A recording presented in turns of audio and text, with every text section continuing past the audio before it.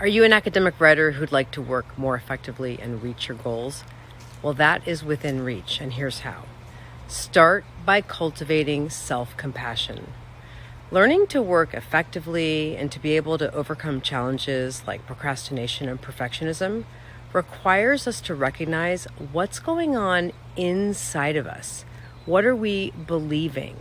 How are we feeling? How are we behaving? When we look at ourselves through a lens of self-criticism, we won't look honestly because it's just too painful.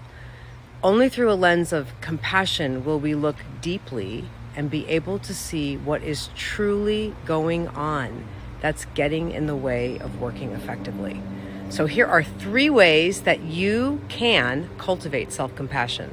Number 1, slow yourself down and soften on the inside. Self-criticism is a fast-moving, reactive pattern. You've likely noticed that being self-critical happens automatically, quickly, and often intensely. Whereas self-compassion is a chosen way of responding to pain and difficulties. It's like a computer program that's slower to load.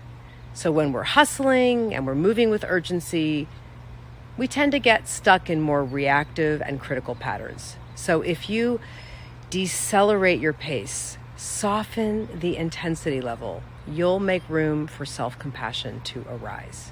Number 2, upgrade how you speak to yourself. There's a saying that if we spoke to our friends the way we speak to ourselves, we would not have any friends.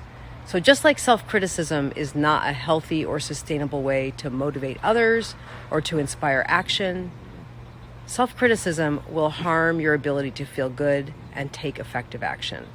So imagine a friend coming to you who's struggling in some way. Take a moment to drop into your heart and turn the light of compassion on your friend. How would you speak to them? How would you offer empathy and encouragement? Feel in your body, what's it like to offer compassion to another? Now turn that light of compassion on yourself. How would you speak to yourself?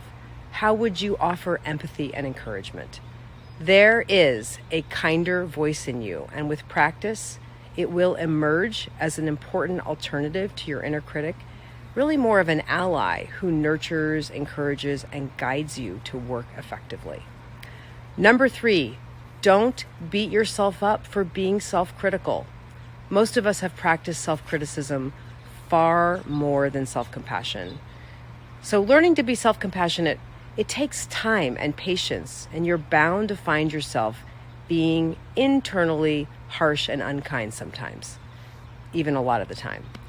Criticizing yourself for being self-critical is like trying to put out a fire with gasoline.